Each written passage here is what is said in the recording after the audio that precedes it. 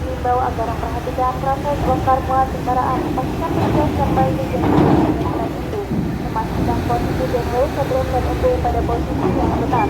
Jika melakukan kegiatan bongkar muat kendaraan dalam kondisi cuaca kurang baik, dapat mengingatkan kepada pengendara agar selalu berhati-hati atas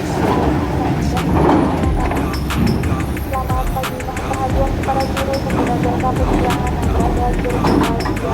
Kami mengimbau agar dan teratur dalam jalur antrean bongkar atau muat. Serta ikuti arahan petugas demi keamanan dan pengamanan pengguna jasa. Dan mohon tidak menutup jalur keluar kendaraan.